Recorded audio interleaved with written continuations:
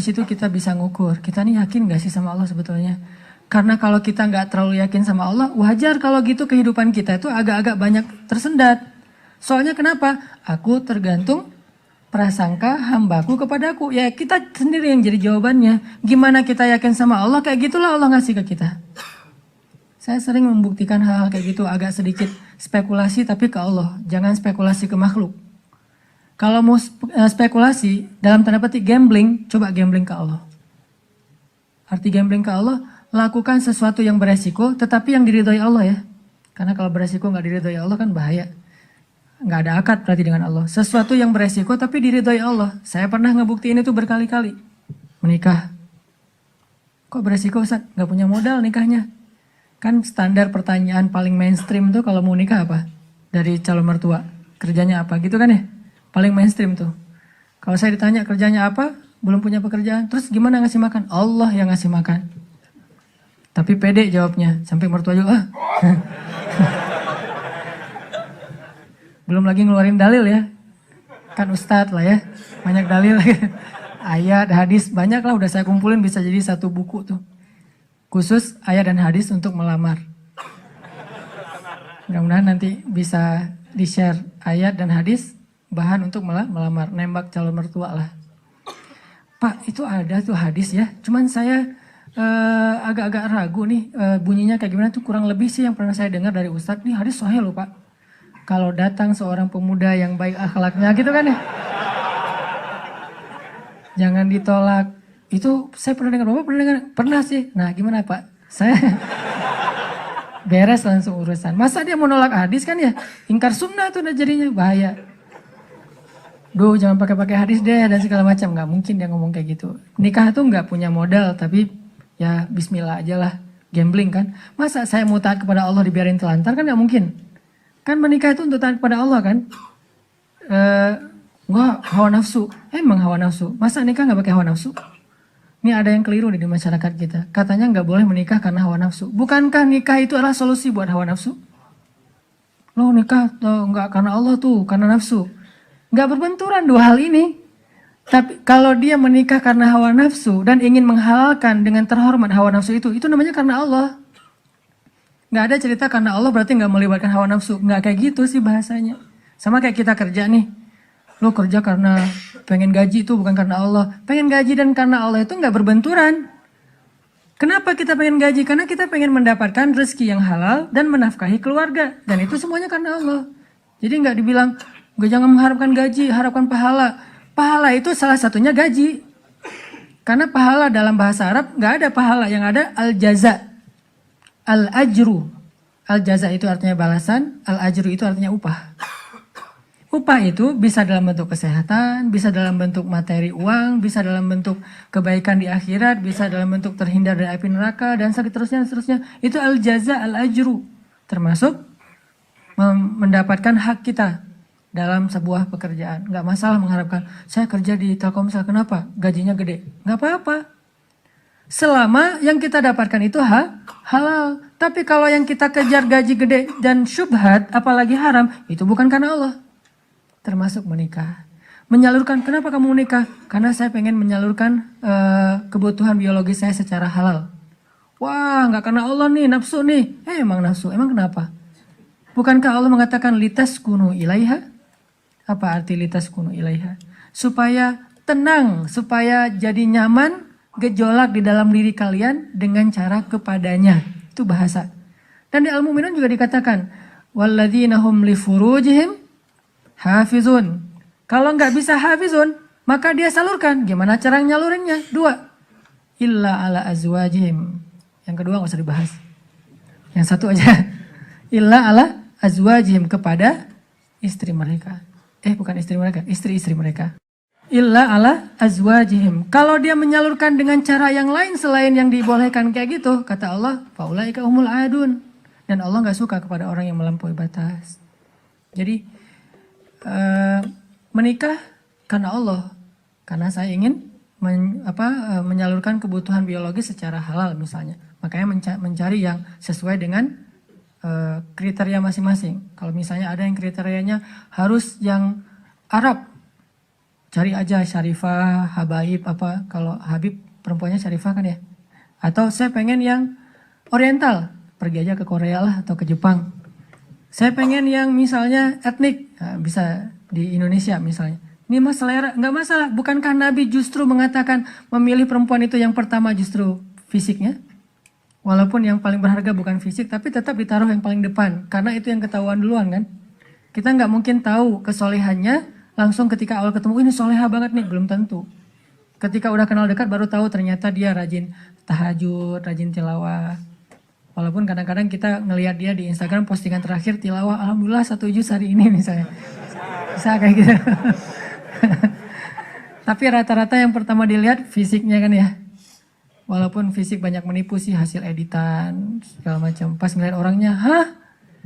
Lebih cantik dari di Instagram, cie. Dia salah ngedit.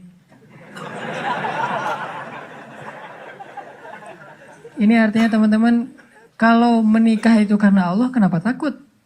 Bukankah Allah sendiri berjanji, kalau mereka fuqara, apa arti fuqara? Nggak punya apa-apa. Kalau miskin masih punya apa-apa, cuma dikit. Kalau fuqara nggak punya apapun. Allah yang yughniyahumullah, Allah yang akan mencukupkan kebutuhan mereka. Oh, Allah yang cukupin, ya udah selesai. Nikah, datang, yuk nikah yuk. Nggak gitu sih caranya. Terlalu polos kayak gitu mah pasti ditolak lah. Adalah trik-triknya pasti teman-teman udah mempraktekkan, kalau nggak pasti berstatus masih jomblo ya. Jomblo itu kurang kreatif menurut saya. Kalau yang udah nikah pasti kreatif banget, tahu banget cara-caranya gimana ya. Alhamdulillah berhasil. Setidaknya untuk dia berhasil setelah puluhan orang yang gagal misalnya. Kalau yang jomblo nih kayaknya harus latihan nih, belajar kepada yang udah nikah, nanti di kantor sambil istirahat sharing deh. Gimana dulu lu nembak calon istri? Gitu aja.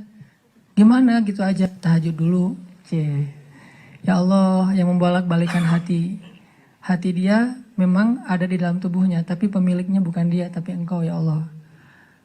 Setahu saya nih, dia kayaknya hatinya ke si fulan.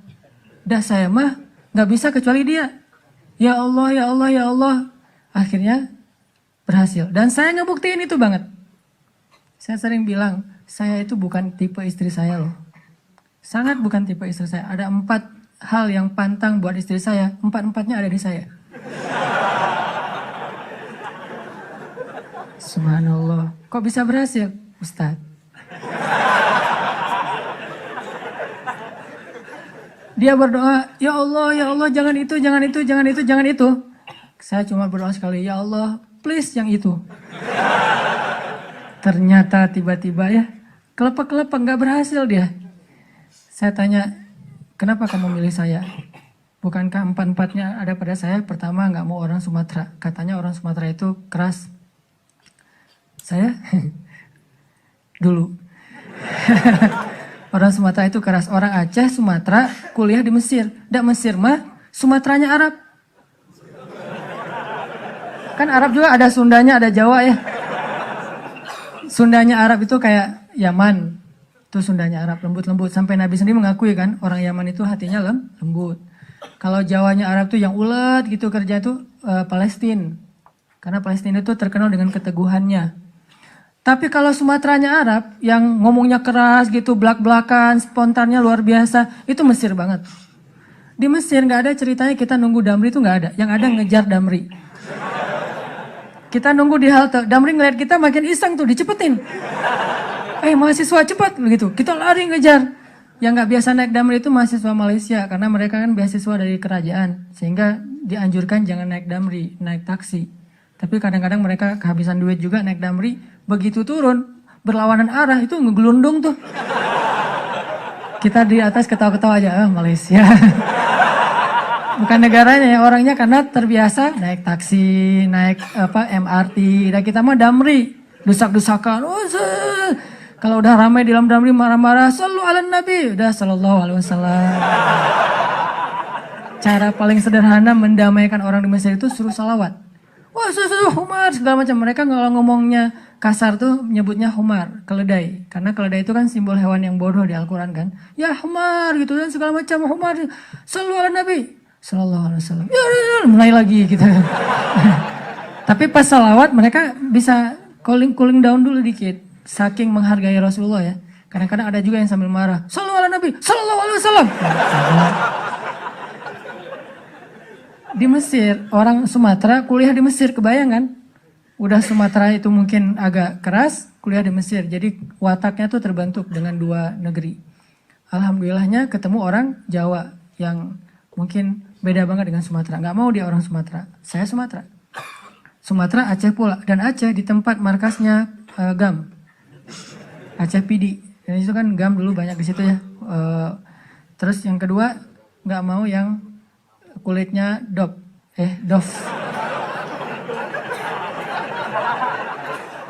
Kebanyakan ke pantai misalnya. Saya nyebutnya nggak dop sih, nyebutnya eksotis gitu. Ketiga, nggak mau yang berewokan.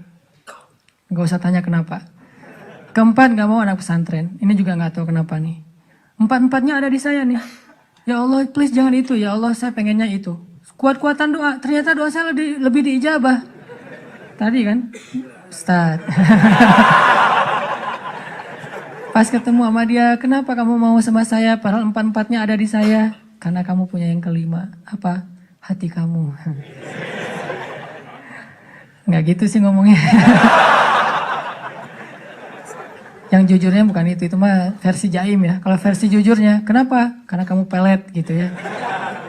Peletnya pakai apa? Pakai Al-Quran. Begitu ketemu, Bismillahirrahmanirrahim. Ria-ria dikit lah. Tapi ria untuk kebaikan kan, biar dapat seseorang yang sesuai dengan isi hati. Ngeklik langsung, ya Allah, berhasil. Dan setelah itu, biarin Allah aja yang ngatur. Mau kerja apa, mau tinggal di mana. Ternyata alhamdulillah saya ngerasain justru rezeki itu Allah mudahin setelah menikah. Dulu awal-awal saya datang ke Bandung, kita ngontraknya itu di rumah yang tempat pembuangan sampah. Di Tegalega tuh, di salah satu lapangan di Bandung, di pojok Tegalega itu ada pembuangan sampah. Kita tinggal di situ. Paling murah soalnya di situ. Mulai saya usaha nerjemahin buku, nggak ada yang mau nerbitin. Terjemahannya jelek katanya. Ya udah deh. Mungkin bukan terjemahannya yang jelek. Melihat muka saya dia sebel. Banyak orang yang ngeliat muka saya tuh sebel. Termasuk tadi calon istri saya pertama ngeliat muka saya, apaan sih nih orang kayak gini banget. Sekarang kok gini banget ya kamu. Tuh, terjemahin buku nggak bisa. Akhirnya saya nulis buku sendiri, karena nggak bisa nerjemahin, nulis aja sendiri. Capruk aja pokoknya, nulis apa yang bisa ditulis. Ditaruh ke penerbit juga nggak ada yang mau nerbitin. Ada satu-satunya penerbit mau nerbitin, katanya royaltinya sedikit banget dan bayarnya setahun sekali. Bayangin, royalti setahun sekali. Sedikit sekali lagi tuh. Akhirnya saya terbitin sendiri. Jadi penerbit, jadi direktur, jadi penulis, jadi kuli. Angkat buku pakai kotak Marlboro, lintasin Jalan Soekarno-Hatta, ngirim ke Sumatera, Kalimantan. Pelan-pelan akhirnya usaha nambah dari penerbitan ke jual pulsa. Jadi saya dulu pernah jadi vendor gitu sih, bahasa kerennya, vendor Telkomsel gitu ya. Saya tuh jual pulsa, ada 60 cabang pulsa di Bandung sebelum ada di Alfamart dan Indomaret. 60 cabang pulsa. Terus nambah lagi ke jual beli mobil second. Beli, jual, dikira orang kaya banget, padahal gonta-ganti aja karena emang dijual. Tapi yang harga murah di bawah 100 juta, bukan yang mobil-mobil mahal. Terus coba-coba di properti. Ternyata Allah mudahin setelah menikah. Karena kenapa? Allah yang janjiin. Allah nggak mungkin ingkar janji. Gambling dikit lah di awal. Tapi di tengah dan di akhir kita akan ngelihat banget gimana Allah nunjukin kebenaran janji-janjinya. Tapi kalau kita nggak berani gambling sama Allah, ya Allah pasti akan nunjukin ke kita yang terbayangkan oleh kita. Saya sering bilang, nasib kita itu tergantung iman. Kalau kita pengen kehidupan kita amazing, kita harus punya iman yang amazing. Kalau kita pengen dapat lebih banyak miracle dalam hidup kita, surprise, berarti iman kita itu harus miracle. Kalau iman kita ilmiah, kita hanya akan mendapatkan kehidupan yang ilmiah, sesuai dengan hitung-hitungan kita. Kalau kayak gini, 1 tambah 1, 2. Kalau kita pengen hidup kita banyak kejutan, 1 tambah 1, 10, berarti kita harus punya keimanan yang amazing, miracle, ajaib kayak gitu. Aku tergantung prasangka hambaku kepadaku.